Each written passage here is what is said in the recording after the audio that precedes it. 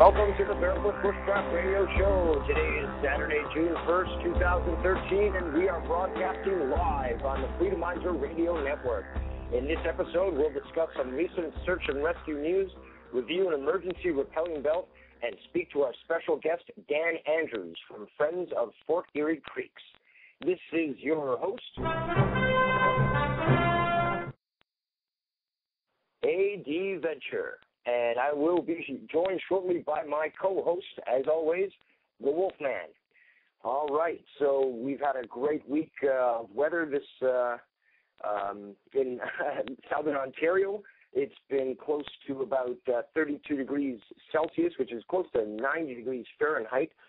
We've been getting some hot sun and beautiful sunny sky, blue skies, as well as some extreme rain and extreme thunderstorms as well.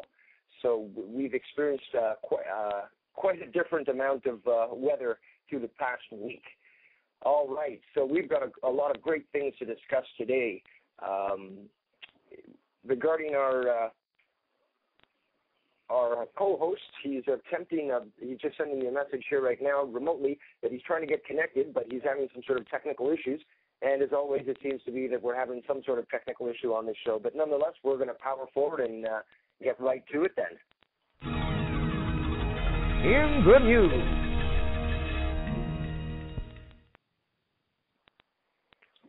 This week, we've got some interesting stories about search and rescue, both some good stories as well as some tragic ones. There was some teens that were lost recently on a hike in southern Ontario, and thankfully they were found. But after a night of spending out in the cold and in the rainy weather, it apparently was quite difficult for them to find their way back onto the trail. Sorry, I'm just trying to get the link here posted onto our chat program. And it looks like Wolf is finally able to connect with us. Hey, thank you so much Wolf, for having me. It is. Thank you so much for having me. Apologizing there for those technical issues. Yeah, we got you fine there, Wolf. Can you hear me? I can hear you. Can you hear me all right? Yeah, we got you all good, and hopefully we got all those technical issues ironed out now. But we're talking about in the news and those search and rescue stories that we recently had in southern Ontario. Right, absolutely. So you posted the link there on the Freedomizer chat room, and is that correct for that? That's correct. All right. So you can give us a little bit of a lowdown here of what's going on for some of us who that didn't have a chance to go in. You said that some hikers ended up having to spend the night basically in the bush. Is that correct? What happened was there was about 30 students that had planned to go out on a particular trip that was to practice their survival skills and their bushcraft and so forth. And for some strange reason, and it's not really clear in the article, half of the group, about 15 of them, got straight off the trail, got lost and didn't encounter their group again. And they ended up finding a few cabins where they were able to just hunker down. They didn't break in, but they just were able to survive overnight. They had some food and they had sleeping bags and extra equipment and so forth. So they were able to survive the night. And one very good thing that they did was that they marked the trail with blaze tape right where they left the trail itself. And this was actually on the Bruce Trail, which one of the police officers. Yeah, one of the police officers involved in the rescue indicated that at this point of the year, as soon as the sun goes down, the light becomes very minimal, and it's quite easy to get disoriented and to lose your place on the trail. So the good thing is that they were able to think wisely, put that blaze tape on the trail, which actually helped the rescuers find them. And they were found the next day, and they were all in good health and so forth. Oh. But, this is the kind of to practice their skills. Absolutely, and this is the kind of the kind of story that we love to hear, right? We love to hear stories where people have used their skills that they've been practicing and have the ability to survive pretty much unscathed. And I mean, that's absolutely great. I don't think we could have, a better story than that. Well, there was definitely a lot of great things that they demonstrated with their group, and it was a good thing that they were found. There was no tragedy involved in their case. But the other story that we're going to cover in the news is one that unfortunately did have a tragic end. I'm just going to put the link right now into the Freedomizer radio chat. And unfortunately, it was just yesterday morning, during the early hours, just after midnight, that a 4-person crew of a helicopter emergency medical service crashed in northern Ontario en route to Moosonee to try to attempt to rescue. And unfortunately, all 4 lives were lost. And it was a tragic tale that they're currently looking into to try to figure out what may have been the cause of the problem, whether or not it was the aircraft. In this case, it was a Sikorsky S-76 helicopter, which had been manufactured since 1980 and been flying for more than 30 years, according to the article here. Wow. There are more than 31 of these models being used in Canada, according to the article. Just as a side note, as a pilot, I used to hold my private pilot certificate in Ontario, and the age of an aircraft is not like the age on a car. So just because you have a 30-year-old helicopter flying, it's not the same as having a 30-year-old car. The reality is that helicopters all have any aviation aircraft here in Canada has very, very strict guidelines. So every 1,000 hours of operation, they have to literally rip the engine out of the aircraft, helicopter, whatever, and tear it right down. Take the cylinders out, check all the tolerances, check to make sure there's no wear and tear, put it all back. They do a visual airframe inspection to make sure there's no cracks in the airframe. I mean, they do take good care of these things.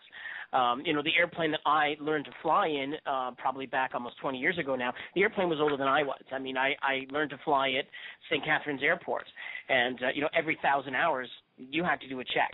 And it wasn't the pilot that was doing it, it was a certified mechanic. As the pilot, before I got in the airplane, I had to check the flaps, check the ailerons, check. Like there's a checklist. So it's not necessarily the age of the aircraft that caused the problem. It must have been something else. Well, over to you, it is mentioned in the article that apparently the weather was good when they left. There was nothing wrong. They were saying that there was good visibility and just a little bit of light rain. So, it may have been an environmental factor as well. But, again, we can't speculate on this particular case. All we can do is try to examine what the findings are from the reports and try to figure out if it could have been avoided in the future. But these are individuals that spent their life dedicated really to others, helping out and putting their lives in peril. And unfortunately, this is one of these examples where unfortunately their lives were extinguished because of the fact that they were doing their duty. So we should always keep in mind about the people themselves that are actually helping those to be found. It's not just some sort of faceless organization or corporation. There's actual individuals. They have families and such. And really, if it wasn't for their kindness or their selflessness, these departments wouldn't be staffed with people who are willing to do these sorts of things. Yes, I completely agree. There's always a human side to these aviation accidents or any accidents. Those people, when you're in kind of a law enforcement or military or a medical profession, you have an expectation that you're going to come home from your shift every night. No different than if you're, working at a call center or even for us teaching classes to individuals. There's an expectation that when AD Venture and I get together and we teach a class, we're going home tonight. Even though there's, of course, perils, there's greater perils, of course, flying aircraft, there's still that expectation. And when you don't come home, that is a real tragedy. Unfortunately, with what happened, it says no amount of survival preparation could have helped them. To quote the article, it says 2 search and rescue technicians parachuted down to the wreckage, but they found no survivors. So they didn't parachute out of a crash-landed helicopter, but when they had the SAR techs took a look at it, unfortunately, there were no survivors, and that's always a tragedy, and very, very unfortunate. But everyone, including the captain and first officer on board the helicopter, we do have a passion to help people. We have a passion to be out there to sacrifice our lives, and I think there's something really important to be said for that, no matter what capacity you're working in the outdoors. What do you think, A.D.? Yeah, that's exactly perfectly summarize it up. Again, it's that passion to help others that puts people into those jobs and those positions, and unfortunately, sometimes it does end in tragedy. But we don't always hear about the times that there are the rescues that do occur. And of course, and you're absolutely right. I mean, we spent almost a quarter of our show mostly talking about the tragedy, but we've spent hardly any time talking about the lost teenagers that were found safe. And I think that goes to every bit of information that those people learn to keep them safe, to know, to do the right thing, so that we're not going, oh, there was a helicopter crash, oh, and these lost teenagers were found victims rather than safe. I mean, it's very important, and that can't be stressed enough, of how great it was that all the outdoor education stuff that they learned did keep them safe. They were out there practicing it. Like we had talked before, they didn't just grab their ferrocium rod, throw it in their backpack, and be like, I'm sure I know how to use it if I know how to use it, if I need it. They must have gone out and practiced these skills. They must have gone out and done all the right things in order to make sure that they were safe. Now, one thing that needs to be noted about that particular case with the kids was they weren't able to communicate with anyone because they were strictly told that they weren't allowed to have any sort of communication device. And perhaps this was to try to avoid, again, with the age group and all, trying to have them avoid, being distracted and texting others. But the least I think they could have done was maybe provide a spot unit or some sort of other personal distress unit to the group, for this particular situation. So again, this is also a great point of insight where you can see, okay, well, they could have, they may have, gotten themselves in this situation, but at least if they had this sort of equipment, they would have at least, been able to communicate with others and get some assistance quicker. For sure. Now, I mean, there could be a lot of other factors as well, just to play sort of devil's advocate. I mean, when I finished the Bruce Trail, finishes up in the Bruce Peninsula, and you had mentioned this was on the Bruce Trail, it's desolate, and there's a lot of areas where, for whatever environmental reasons, there is no mobile phone service. And, I mean, if maybe the leaders of the group had spot units, but maybe these 15 guys did not, and girls, of course. But I just think it's fantastic. It says each carried a tent, a pack, something to eat and drink. I mean, that's fantastic, and that's the things that we're always talking about in this situation where if you're equipped, if you have something the size of a little mint candy tin, like the Altoids mint tins, that can mean the difference between saying lost teenagers found and lost teenagers recovered. And I think it's fantastic that they managed to make it, and it can't be overstated what a great thing that is, that they had the opportunity and had the equipment to make sure that they were okay. Mobile phones are not. Absolutely. So now we're going to move into our next segment.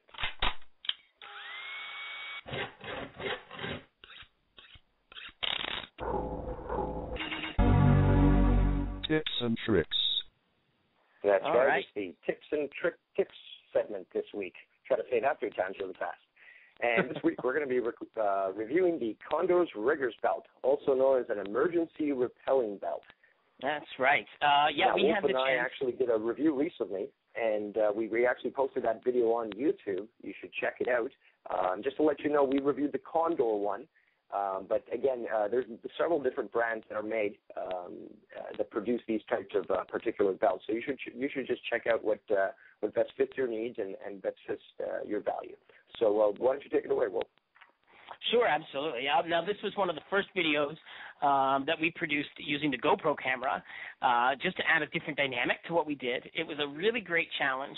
And, I have to admit, when you buy some of these equipment, you kind of always wonder, like, this is an emergency rappelling belt. How good is this thing? Will this thing save my life? And the fact that the two of us are experienced professionals in the field, if there would have been a problem and the belt would have broken, we are most likely going to be the kind of people that at least we can recover from this situation, barring, of course, injuries from the fall. We took our cameras out. We found an area that was steep enough to present a challenge, but not too steep to prevent recovery or serious injury, right? So we just, we threw on, we're both experienced climbers, and we have, top rope and all that, so we hooked up an 8 to the device, and threw the rope over, and down we went. It was an absolute blast. It was a very fun video to make for us. I don't know. I'll let you describe your side of the production and the actual belt itself, because I found I was very confident in that belt. Then I know now owning this piece of equipment can very well save my life in an emergency.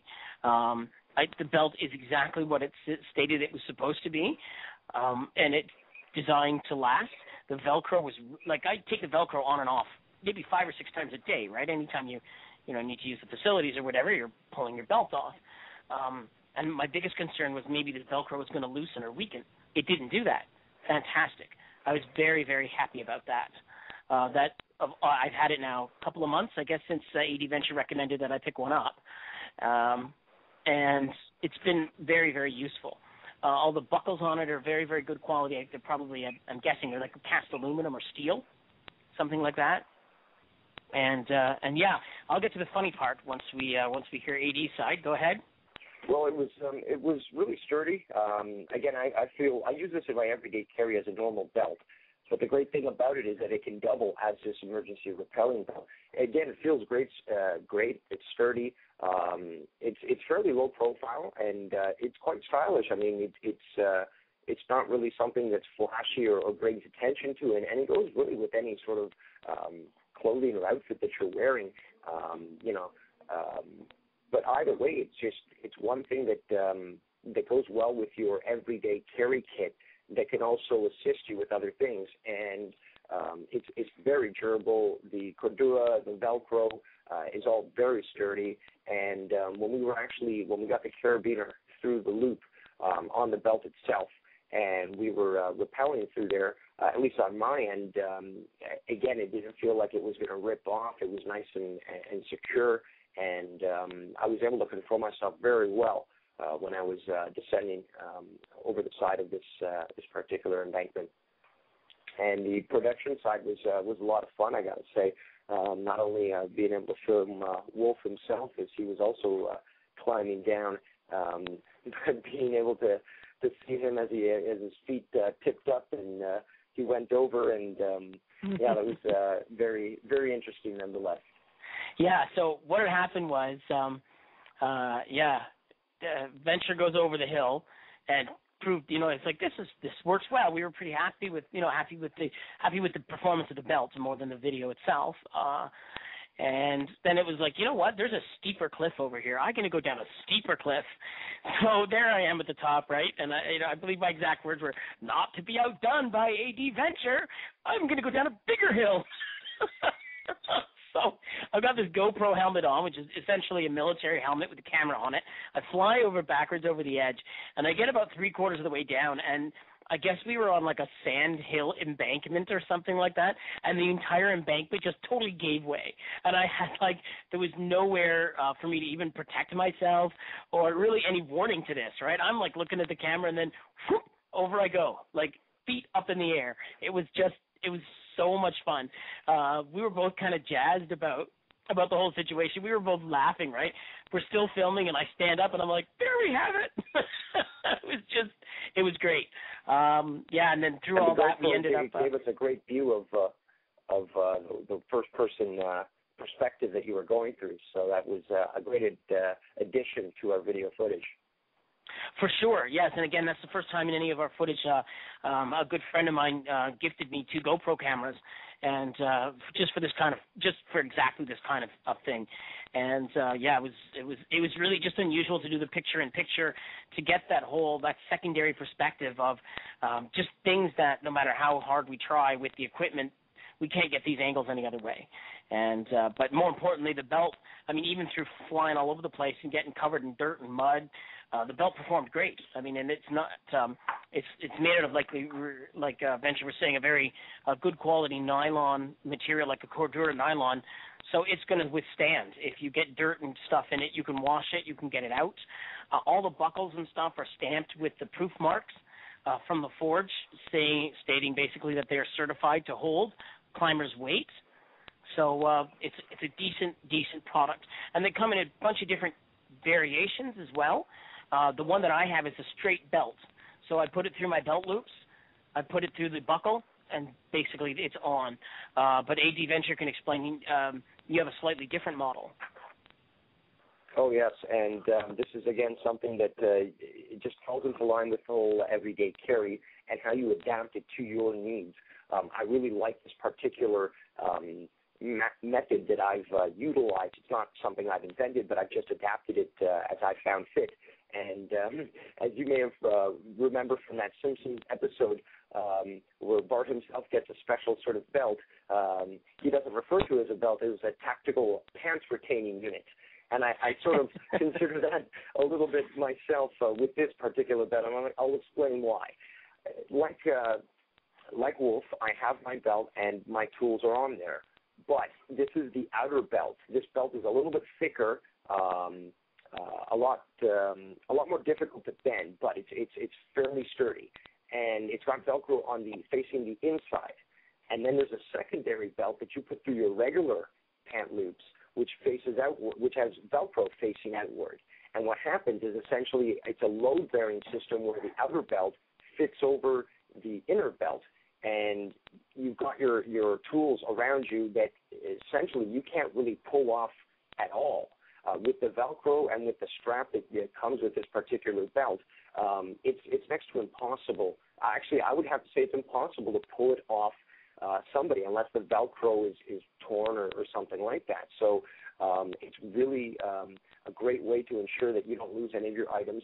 And I like my method because of the fact that if I need to take off my belt because perhaps a female wants to get amorous, these tools aren't in the way, which in my previous iterations of this system didn't work too well when they were attached to the belt. So just a little tip out there. It can actually help out. Yeah, it's a really cool system. I enjoy it very much, and again, I adapted it to my needs. But you just have to check out the different belt systems that are out there and figure out if they do fit your needs or if you need to adapt them as such. Of course, and with a wider belt, you do have the option of using it as a rigger. So you can put, like if I go out with my students, I can throw a first aid kit on there. I can throw anything I want on there. You can go out on the internet. I think Condor makes them, and get these things that have it's a carbiner with your blood type on it. So you're wearing a belt that'll say like AB positive, and has a clip on it for your keys. So there's basically, it's by your own imagination, like the bat belt thing, like Bart's tactical pant retaining system. It had like compass, matches, straw, whistle, panic button, squirrel snare, lie detector test, all sorts of stuff. And I believe Bart's even had turn signals on it. But yeah, that's so right. That's you can customize them as much as you wanted, right? And I think that's. I think the heart of the everyday carry is something that has multiple uses, and to be able to have a belt and have something that you could now, in all honesty, outside of a search and rescue environment, have I ever needed to rappel with my belt? Never. Outside of maybe, like you see on television when you want to escape something and you have to throw the belt over a clothesline or something and rappel from one building to the next. I have never done that either. But the concept is you could become in that situation at any time. Additionally, I should mention, you could also notice that these particular tools, as Wolf has countless times mentioned, that they could be adapted to do different sorts of activities. And although I don't necessarily recommend doing this, I have actually seen live video of a truck being pulled.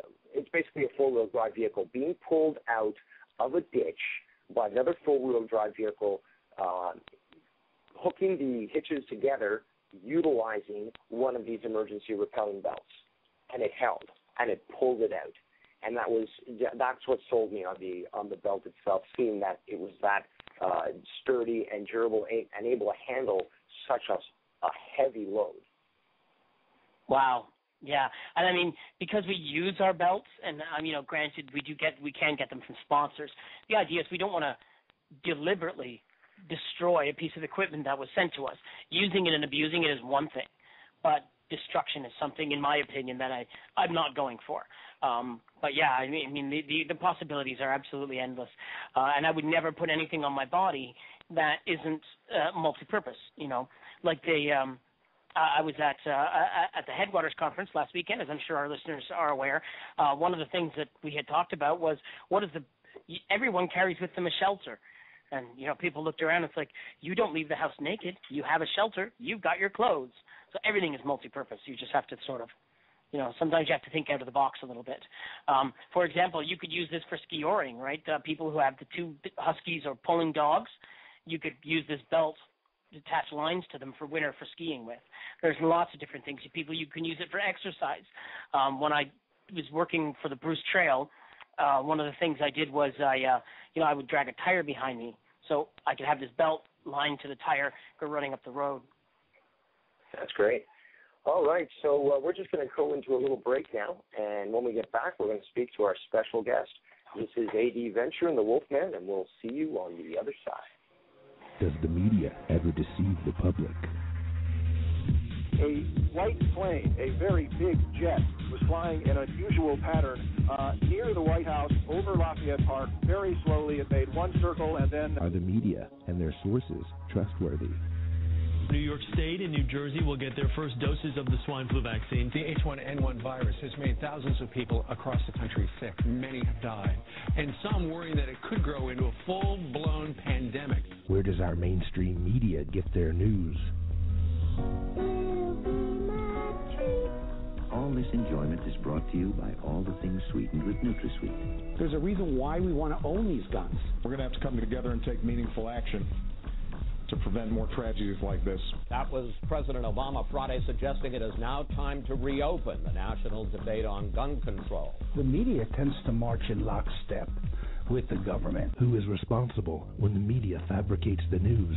When the public is constantly fed messages that are potentially leading us into a war that may not be necessary, it's not fair to the American people, and it's not fair to journalism, because the truth isn't being told here. We found out that CNN International is actually making money from the Bahrain regime. They are a customer of Bahrain. Bahrain is paying CNN International to create content that shows Bahrain in a favorable light, to then air that content on CNN International. Join us online at WilliamLewisFilms.com. That's WilliamLewisFilms.com.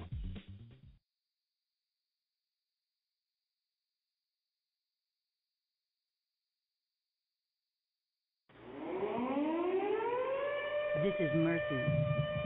If you're listening to this message, warriors, you are the resistance. Warriors, you are not alone.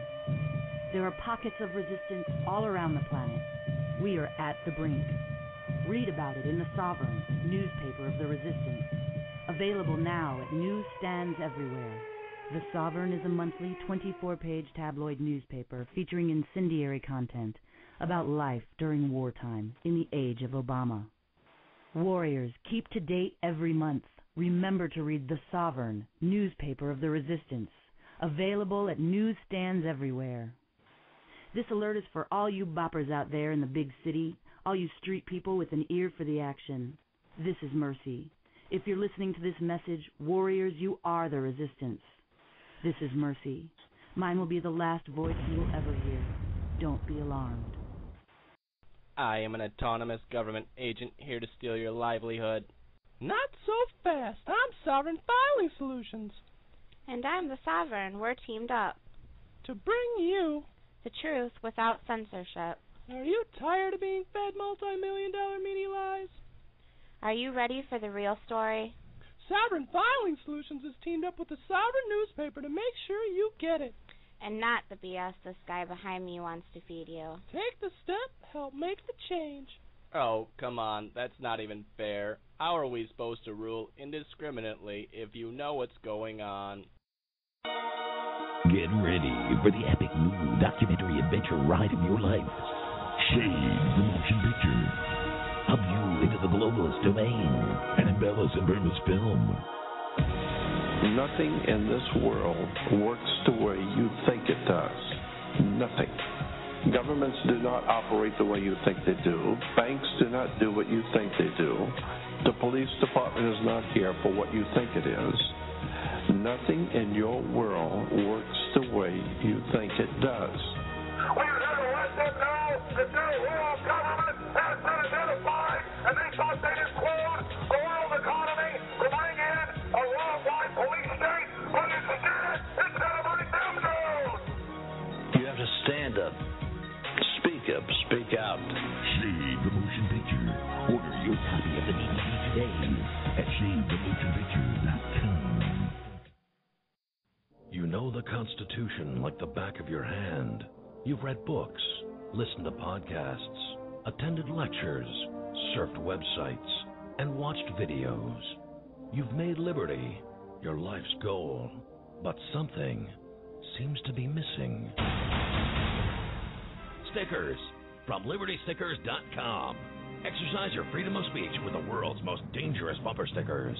That's LibertyStickers.com. But wait, there's more. You can buy Liberty Stickers wholesale. Get them for 99 cents each when you put 100 or more in your shopping cart in any combination. Sell them or give them away. They're great for gun shows, flea markets, fairs, outreach, and more. Earn extra money, promote freedom, and spread the word. Need custom stickers, labels, or decals for your organization or business? Liberty Stickers makes them. Go to LibertyStickers.com to order or call 877-873-9626. LibertyStickers.com, the world's most dangerous stickers. Welcome back to the Barefoot Bushcraft radio show. This is AAD Venture, and I'm joined by my co-host, the Wolfman, and we've got our special guest today.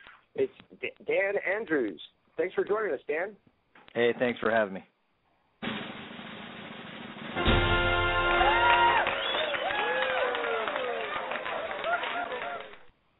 Yeah, we're very pleased to have you here. So you're a geocacher. Is that, yes, I am. Is that correct? Yes, I am. You can label me as a personally love geocacher. geocaching, but why don't you tell a little more to our audience about what geocaching actually is? Okay, geocaching is a very simple outdoor activity that anybody can do. It's very popular from young ages to grandparents, and basically what it is there's hidden treasures globally, worldwide, and you join a website, it gives you a map, and you can look on the map and see where these geocaches are near your home or anywhere that you want to go. And basically what they are, they're little waterproof containers. They range from ammunition boxes are popular to homemade caches,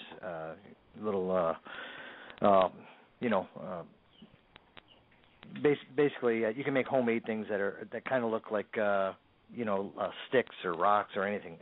So there's a variety of difficulties there, and basically you try and find these. You use a handheld GPS or a cell phone. You can get an app for your phone, for your iPhone or whatever, and you kind of do a hide and seek game. And when you find these things, you sign your username inside the logbook.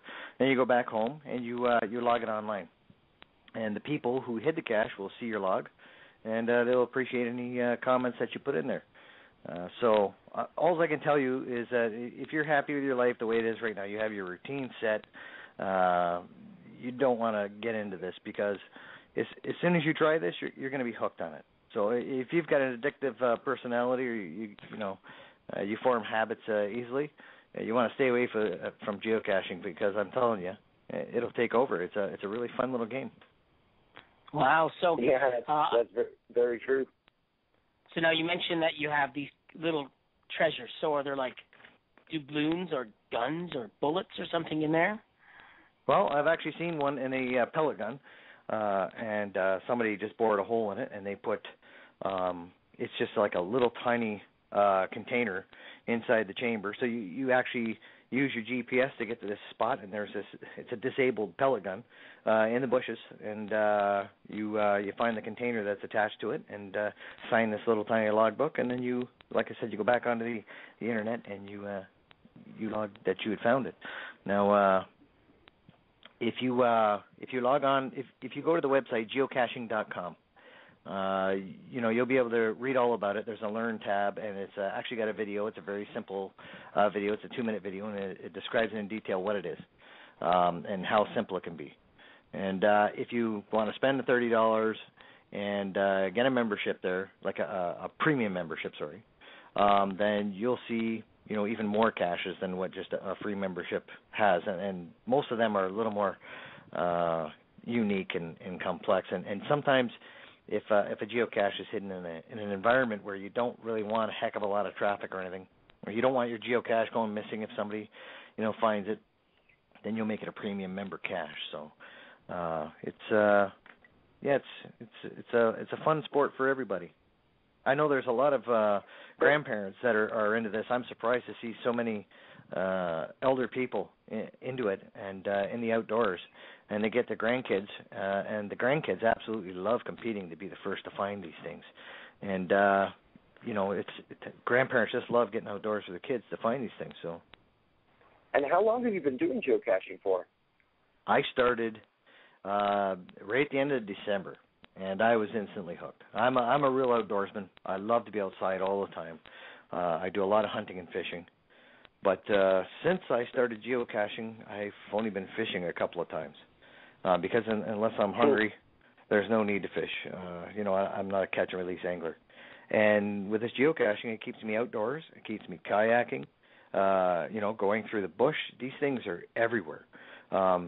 They have to be at least 161 meters or a tenth of a mile apart. And sometimes it almost seems like there's a race to fill in the map. Now, if you go to geocaching.com and you sign up and you click on the map, here's the thing that I was taken back, and this is one of the reasons it got me hooked, is there's one in your neighborhood guaranteed. And if you log on to the map, you put in your postal code, it puts you in your general neighborhood, and you're going to see 10, 20 geocaches there, no matter where you live in Niagara or any city center. And as you zoom out, if you get the entire Great Lakes into your map view, you won't see the map anymore. It's completely covered with these geocaches. There's so many of them out there. You probably, if you didn't know about geocaching and you look at this map, you'd be absolutely amazed at how many is out there.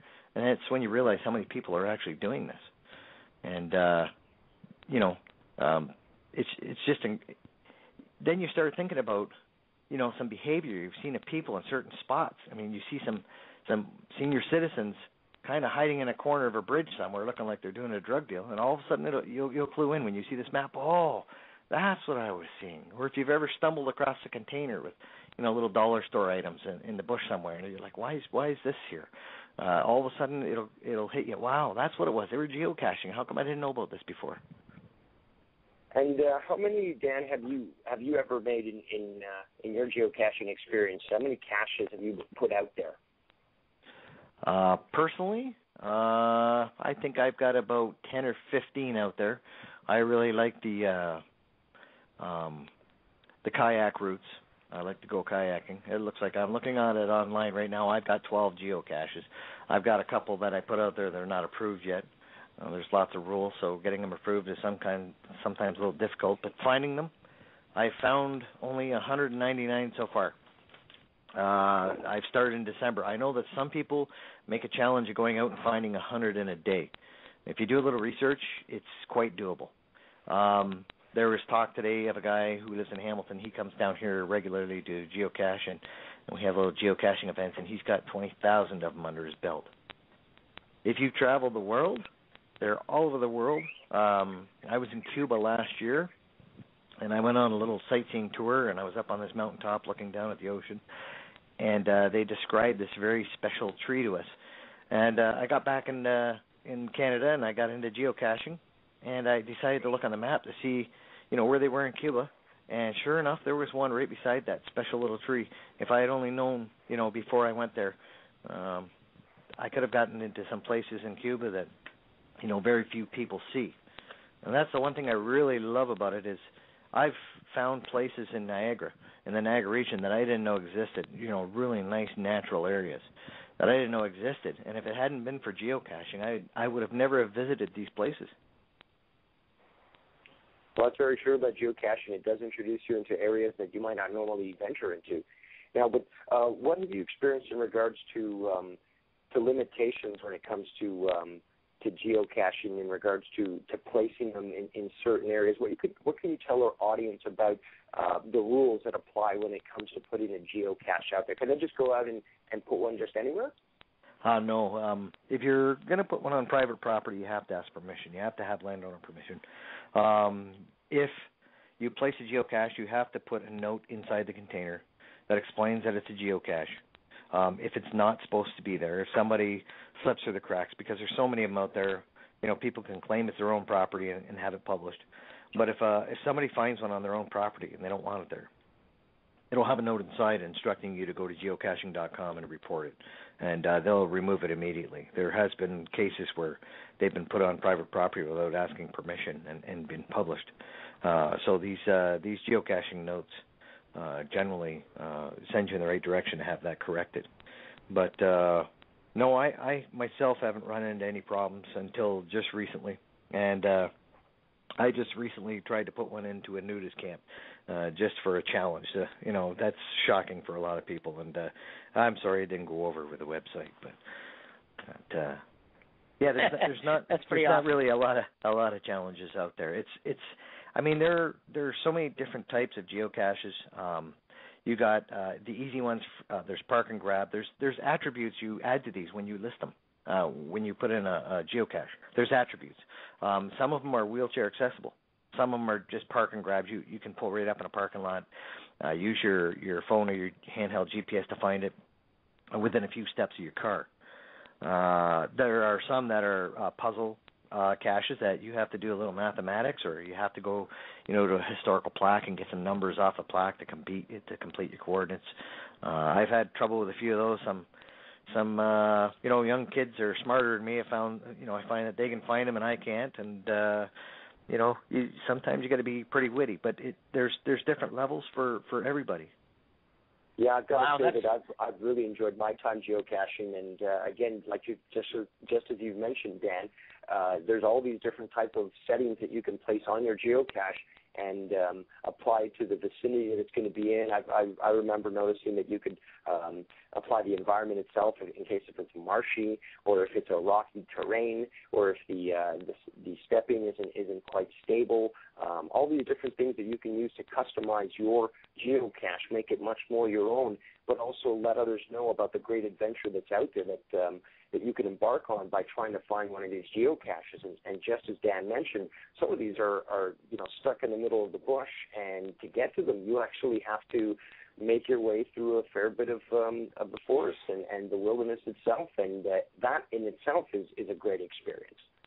Yeah, I've got one myself in the middle of 12 Mile Creek, and it's right behind General Motors.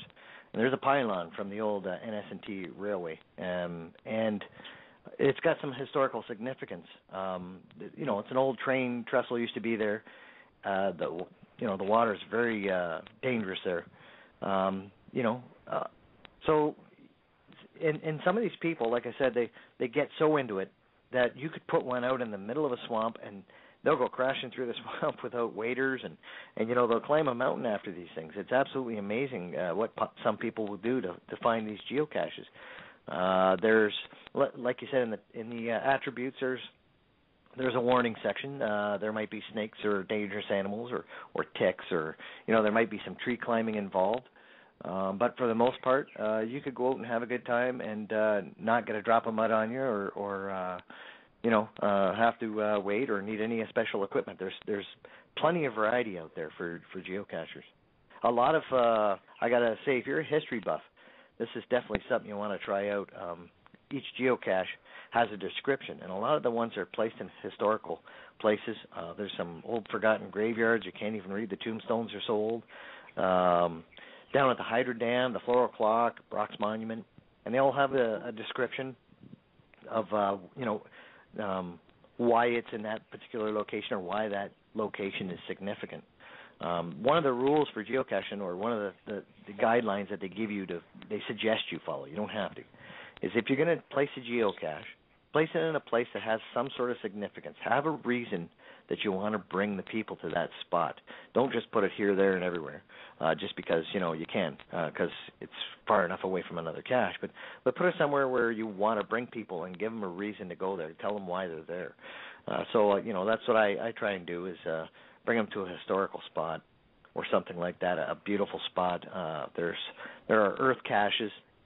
There's caches all the way down the Bruce Trail. There's probably several hundred of them there. They're all up and down the Welland Canal and the bike trails, and it's there's an endless possibility to them, and they're going up more. You see more published every day. So you think you've got them all in your area, and you'll get a notification in the email that 5 or 6 more have been published overnight. Wow, that's pretty amazing. Now, if I'm not mistaken, there's even some underwater on shipwrecks that if you're a diver like myself, you can actually go and find them underwater. I did see that was an option on the website. Is that correct? Yes, there's some in the Welland Recreational Canal. I'm not sure how many of them there are, and I'm not exactly sure how you sign the logbook. I imagine it's probably got a number or something on it, or some sort of symbol. So when you go back to the website, you have to tell them what it was in order to log it. So there's waterproof paper. Pardon me? There's waterproof paper.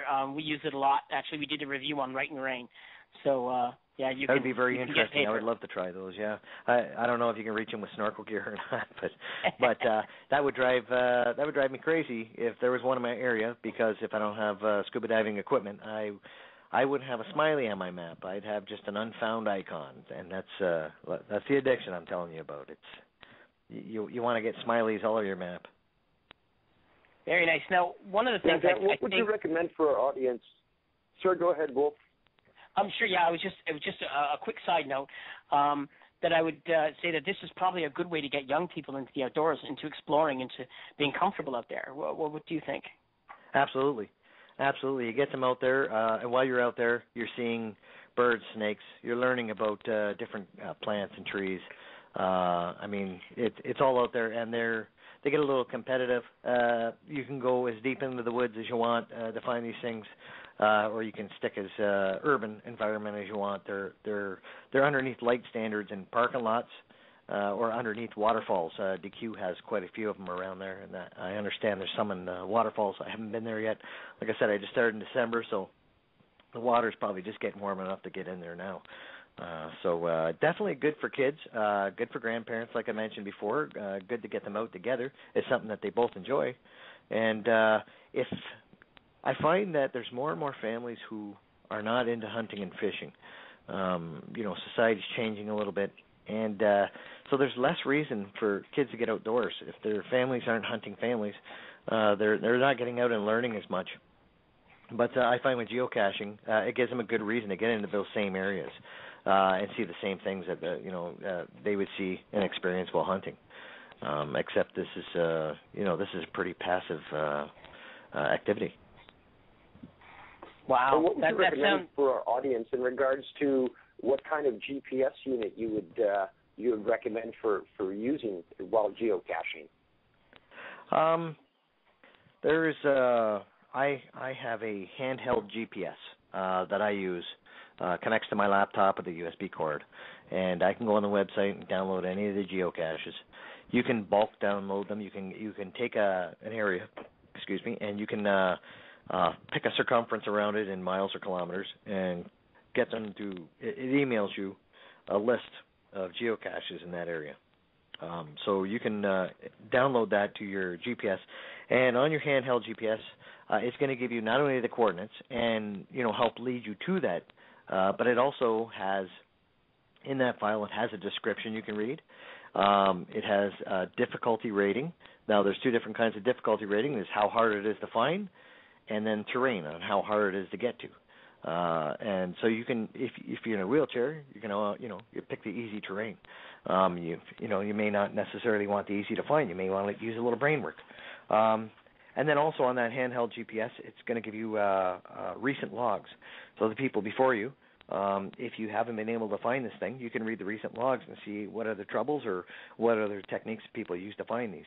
And the last thing is in that file, it also has a hint. Most of them have a hint. If they want to make it difficult, they won't give you a hint, but they really want you to find it and log their geocache. So a lot of them, they'll make it a little bit difficult if they want, but then in the hint, they'll break it down for you so you can find it. The other thing I use, and, I never would have had a data plan on my phone if I never got into this.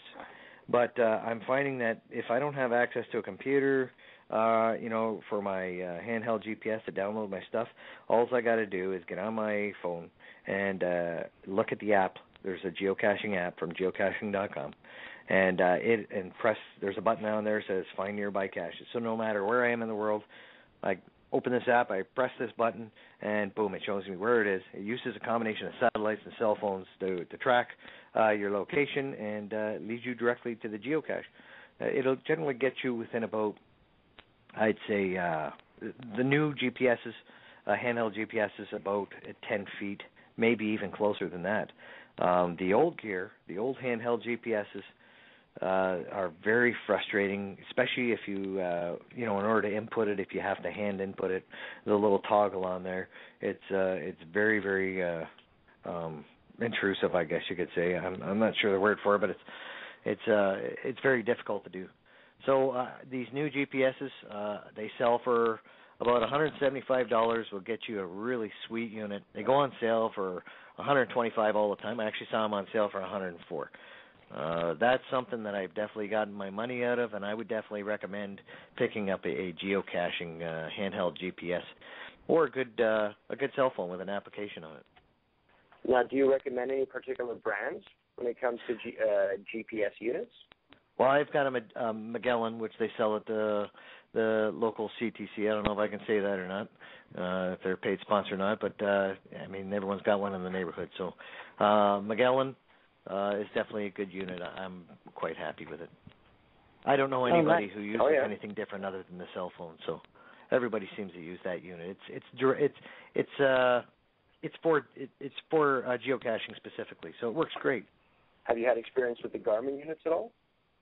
I haven't. I have an older Garmin I tried, and I wasn't very happy with it. I understand the newer ones are just phenomenal. I do some outdoor nature projects, some habitat projects, and I was using an old Garmin, and it would get me within 40 feet.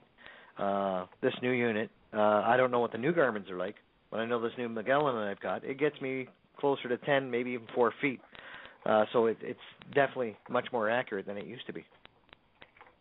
Well, it's funny that you mentioned that because I've actually had the opposite experience, and I think this is a great opportunity to explain to our audience that this is really just a matter of speaking to others that have similar interests and have also tried to use equipment so that you can see, what in the past may have not worked for somebody and what new products are out there. Because sometimes a lot of people might be burned by an experience with a product and they'll never purchase it again, but that company itself ends up improving their product, and you'll never know about it unless you talk to someone who's actually, purchased this product. So it's interesting to hear that the current Magellans are doing well. They're phenomenal. I very much like the Garmins, but I haven't tried some of the newer models that were just recently released. I'm still on one of the older units, which works perfectly well, which again is a great example for our audience to understand that you don't necessarily need the newest, latest, greatest GPS unit to do geocaching. You could do it with a simple black and white unit,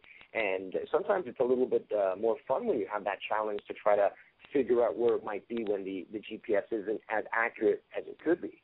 Yeah, but it's like going from a Chevette to a Ferrari. Once you drive that Ferrari, it's really tough getting back in that Chevette again, So the technology has really come a long way since the last time I bought a GPS unit, and it makes it much simpler than it used to be. I don't know, like you said, maybe much simpler isn't everybody's cup of tea. You know, you don't want to just lean right to it. Maybe that gets a little boring. I just wanted to tell you there are different kinds of caches. We're getting a little low on time here, so I thought I'd scoot this in. There's different kinds of geocaches, and one of them, one kind is an event cache. And a lot of these are just beer and wing nights. All the geocachers get together. They regularly get together in St. Catharines and Niagara Falls. And they just have beer and wings and talk about their favorite geocaches, places to go, and stuff like that, experiences they had. And I've got one here that's coming up, the Centennial branch of the Fort Erie Public Library on Saturday, June the 8th. So it's next weekend, and it's at 10:15 a.m. And it's just for people who want to be introduced to geocaching, and it's just a small seminar. If you're interested and you want to learn and see some of the latest gear, you can go down there, and somebody who's very experienced in the field is going to give you some great advice. Well, thanks for giving out that information. That's a great opportunity that our listeners should check out. And we're actually going to be heading out very shortly, so I just want to thank Dan Andrews for joining us. And do you want to share with our audience what your geocaching name is in case somebody stumbles upon one of yours? If anybody wants to look for my geocaches, I'd love to see your logs. And my geocaching name is Wild Niagara. Wild Niagara. That's absolutely Wild Niagara, great. all Again, one word. Thank you so much for joining us. All right, thank you very much. It's great having you. Thank you. It's been a pleasure. Thanks again for joining us. This is AZ Venture, joined by my co-host, the Wolfman. We'll see you next week here on Freedomizer Radio. Thanks for joining us.